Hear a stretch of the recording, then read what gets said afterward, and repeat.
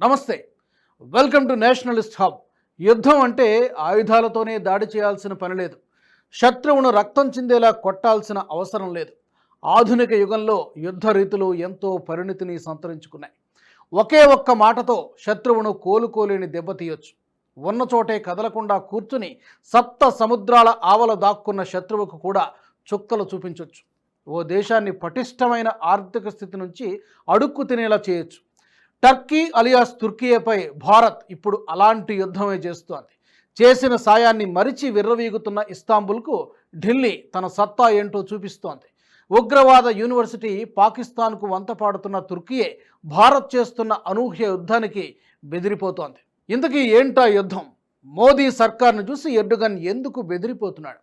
Islamic కాలిఫేట్కు రారాజుగా ఎదగాలని కలలుగంటున్న తుర్కియే అధ్యక్షుడు Erdogan ఉగ్రవాద దేశాలకు నేనున్నానంటూ అభయమిస్తున్నాడు. పహల్గాం దాడి తర్వాత ఉగ్రవాద చర్యను ఖండించకపోగా అటాక్ జరిగిన కొన్ని గంటల్లోనే పాకిస్తాన్ ప్రధాని షహబాజ్ షరీఫ్ను కలిశాడు. ఉగ్రవాద దేశానికి మద్దతుగా నిలుస్తున్న ఎర్డోగన్ తీరుపై భారత్ మాత్రమే కాదు, పలు దేశాలు కూడా విమర్శలు గుప్పించాయి. ఇంత జరిగినా మే 7న ఆపరేషన్ సింధూర్ చేపట్టిన వెంటనే ఎర్డోగన్ పాకిస్తాన్కు మద్దతు ప్రకటించాడు. ఉగ్రవాద స్థావరాలపై భారత్ చేసిన దాడులు ఆయనకు పాకిస్తాన్ సార్వభౌమత్వంపై దాడిలా కనిపించాయి. భారత దాడుల్లో హతమైన వందలాది ముష్కర మోకల్ని అమరవీరులుగా కీర్తించడం ఎర్డోగన్కే చెల్లింది.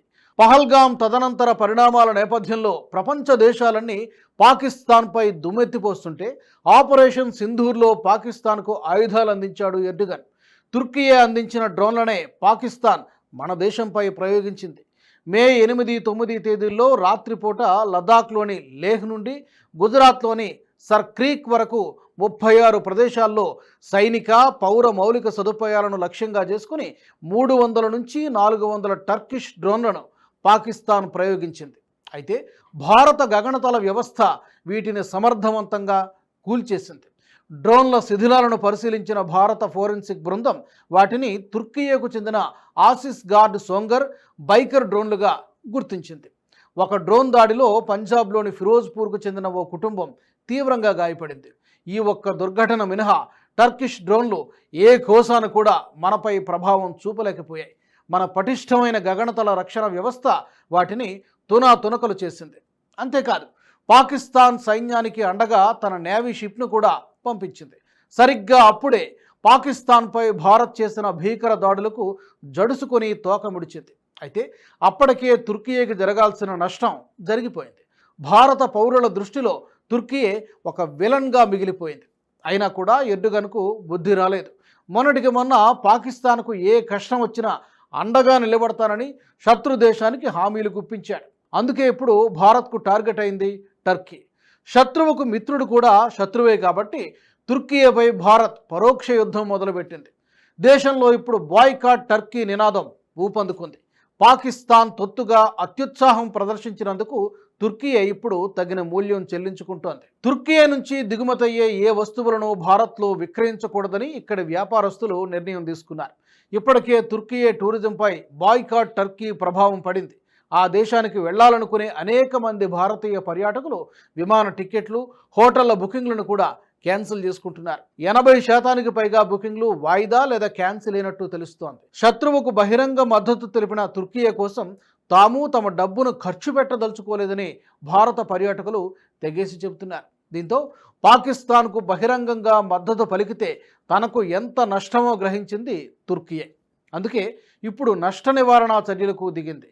తుర్కియే పర్యాటక శాఖ భారత పర్యాటకులకు ఒక బహిరంగ అభ్యర్థన చేసింది. మా దేశంలో మీ భద్రతకు ఎలాంటి హాని జరగనీయబోమని, మీ వసతి సౌకర్యాలకు ఎలాంటి లోటు రానియబోమని, మా దేశ పర్యటనను భారత పర్యాటకులు రద్దు చేసుకోవద్దని అభ్యర్థిస్తూ ఒక ప్రకటన వెలువరించింది. ఇక బ్యాన్ టర్కీ అంటూ పలువురు వ్యాపారులు ఆ దేశం నుంచి దిగుమతయ్యే వస్తువులను అమ్మేందుకు నిరాకరిస్తున్నారు. పూణేలోని వ్యాపారులు కూడా తుర్కియే నుంచి దిగుమతయ్యే యాపిళ్లను బహిష్కరించాలని నిర్ణయం తీసుకున్నారు. పూణే మార్కెట్లో ఒక సీజన్లో తుర్కియే యాపిళ్ల టర్న్ ఓవర్ 1000 నుంచి 1200 కోట్ల వరకు ఉంటుంది. ఈ క్రమంలో తుర్కియే యాపిల్స్ను నిషేధించడం వల్ల పండ్ల మార్కెట్పై తీవ్ర ప్రభావం పడుతుంది. అయినప్పటికీ వ్యాపారులు మాత్రం దీన్ని తాము ఆర్థిక నిర్ణయంగా మాత్రమే కాదని ప్రభుత్వానికి, సాయుధ బలగాలకు సంఘీభావంగా చూస్తున్నట్టు చెప్పారు. యాపిల్ను అక్కడ నుంచి దిగుమతి చేసుకునే బదులు ఇతర ప్రాంతాల నుంచి కొనుగోలు చేస్తున్నామని చెబుతున్నారు. గ్రానైట్ వ్యాపారులు కూడా తుర్కీని దెబ్బకొట్టారు. భారత్ దిగుమతి చేసుకునే పాలరాయిలో ఎక్కువ శాతం తుర్కీ నుంచి దిగుమతి అవుతోంది. ఈ నేపథ్యంలో పాకిస్తాన్కు మద్దతు ఇస్తోందని పేర్కొంటూ ఉదయ్పూర్లోని గ్రానైట్ వ్యాపారులు తుర్కీ నుంచి గ్రానైట్ దిగుమతులను బహిష్కరించారు. ఉదయ్పూర్ మార్బుల్ ప్రాసెసర్ల కమిటీ అత్యవసర సమావేశాన్ని ఏర్పాటు చేసి తుర్కీ నుంచి పాలరాయి, గ్రానైట్ దిగుమతులను వెంటనే నిలిపేస్తున్నట్లు ప్రకటించింది. ఈ కమిటీ ప్రధాని మోదీకి కూడా ఓ లేఖ రాసింది. వారి నిర్ణయాన్ని అధికారికంగా ఆయనకు తెలియజేస్తూ టర్కిష్ పాలరాయి దిగుమతులపై దేశవ్యాప్తంగా నిషేధం విధించాలని ప్రభుత్వాన్ని కోరింది. ప్రైవేటు వ్యాపారులే కాదు, పలు ప్రభుత్వ వర్గాలు, విద్యా సంస్థలు, యూనివర్సిటీలు కూడా తుర్కీతో గతంలో చేసుకున్న అగ్రిమెంట్లను రద్దు చేసుకుంటున్నాయి. తుర్కీలోని ప్రముఖ ఇనోను యూనివర్సిటీతో కుదుర్చుకున్న ఎంఓయూను నిలిపేసినట్లు ఢిల్లీలోని జేఎన్యూ ప్రకటించింది. దేశ భద్రతకు సంబంధించిన అంశాలను పరిగణనలోకి తీసుకొని ఈ నిర్ణయం తీసుకున్నట్లు అధికారిక ఎక్స్ ఖాతాలో పోస్ట్ కూడా పెట్టింది. జాతీయ భద్రతా కారణాల దృష్ట్యా జేఎన్యూ ఈ అవగాహన ఒప్పందాన్ని రద్దు చేసుకుంది. ఎందుకంటే జేఎన్యూ దేశం సాయుధ దళాలకు మద్దతు ఇస్తోంది. వీరిలో చాలామంది జేఎన్యూ పూర్వ విద్యార్థులు కూడా ఉన్నారు అని వైస్ ఛాన్సలర్ ప్రొఫెసర్ శాంతిశ్రీ చెప్పారు. ఇనోను జేఎన్యూ ఒప్పందంలో అధ్యాపకులు, విద్యార్థుల మార్పిడికి సంబంధించిన ప్రణాళికలు ఉన్నాయి. ఈ ఒప్పందం 2025 ఫిబ్రవరి 3న 3 ఏళ్ల కాలపరిమితికి కుదిరింది. ఇది 2028 ఫిబ్రవరి 2 వరకు అమల్లో ఉండాల్సి ఉంది. కానీ తుర్కీ తీరుతో ఆ ఒప్పందం కాస్త మధ్యలోనే నిలిచిపోయింది. ఇవన్నీ ఒక ఎత్తు అయితే, కశ్మీర్ సొరంగాల నుండి ఢిల్లీ మెట్రోల వరకు తుర్కీతో చేసుకున్న అన్ని అగ్రిమెంట్లకు తిలోదకాలు ఇచ్చేందుకు మోదీ ప్రభుత్వం సిద్ధమవుతున్నట్లు తెలుస్తోంది. ఐటీ మొదలుకొని విమానయానం వరకు టర్కిష్ సంస్థలతో భారత్ కొన్ని $1 బిలియన్ వ్యాపార ఒప్పందాలు చేసుకుంది. ఇప్పుడు ఈ అగ్రిమెంట్లన్నిటిపై నీలి నీడలు కమ్ముకున్నాయి. అంతర్జాతీయ వేదికలపై కశ్మీర్ గురించి పదే పదే చేసిన వ్యాఖ్యలు, ఆపరేషన్ సింధూర్తో తేలిపోయిన ఫెవికాల్ బంధం తుర్కీకు ఎసరు తెచ్చింది. ఆ దేశంతో చేసుకున్న అగ్రిమెంట్ను మోదీ ప్రభుత్వం పునః పరిశీలిస్తోంది. వాణిజ్య పరిశ్రమల మంత్రిత్వ శాఖ పరిధిలోని ఇండియా బ్రాండ్ ఈక్విటీ ఫౌండేషన్ ఫిబ్రవరి 2025 నివేదిక ప్రకారం భారత్లో విదేశీ ప్రత్యక్ష పెట్టుబడుల్లో తుర్కీ 45వ స్థానంలో ఉంది. భారత్, తుర్కీ మధ్య ఒక్క 2024 సంవత్సరంలోనే $10.4 బిలియన్ వాణిజ్య ఒప్పందాలు జరిగాయి. ఈ ఒప్పందాల్లో భాగంగా గుజరాత్, మహారాష్ట్ర, యూపీ, జమ్మూ కాశ్మీర్, ఢిల్లీ వంటి రాష్ట్రాల్లో టర్కిష్ కంపెనీలు పెద్ద ఎత్తున ప్రాజెక్టులు చేపట్టాయి. వీటిలో మెట్రో రైలు, టెలికమ్యూనికేషన్స్, విద్యా రంగాలకు సంబంధించిన ఒప్పందాలున్నాయి. పాకిస్తాన్కు అనుకూలంగా వ్యవహరిస్తున్న నేపథ్యంలో తుర్కీతో ఈ ఒప్పందాలన్నీ రద్దయ్యే సూచనలు స్పష్టంగా కనిపిస్తున్నాయి. 2020లో జమ్మూ కాశ్మీర్లోని అటల్ టన్నెల్కు సంబంధించిన ఎలక్ట్రోమెకానికల్ భాగాల కోసం ఓ టర్కిష్ కంపెనీకి ఒప్పందం కుదిరింది. 2024లో ప్రభుత్వ రంగ సంస్థ Rail Vikas Nigam limited metro rail project కోసం మరో టర్కిష్ సంస్థతో అవగాహన ఒప్పందంపై సంతకం చేసింది. ఇప్పుడు ఇవన్నీ రద్దు కాబోతున్నాయి. ఇటీవల న్యూస్ 18 వార్తా సంస్థతో మాట్లాడిన ఓ సీనియర్ అధికారి టర్కిష్ కంపెనీల ప్రాజెక్టులన్నీ పునః పరిశీలిస్తున్నట్లు తెలిపారు.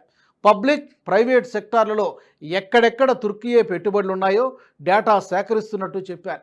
కశ్మీర్ సమస్యపై తుర్కీ నిరంతరం జోక్యం చేసుకోవడం వల్ల పెట్టుబడుల వృద్ధిపై లేదా భవిష్యత్తులో జరిగే ఏవైనా వాణిజ్య ఒప్పందాలపై ప్రతికూల ప్రభావం పడవచ్చని వాణిజ్య మంత్రిత్వ శాఖకు చెందిన ఓ సీనియర్ ట్రేడ్ ఎక్స్పర్ట్ కూడా తన అభిప్రాయం వ్యక్తం చేశాడు.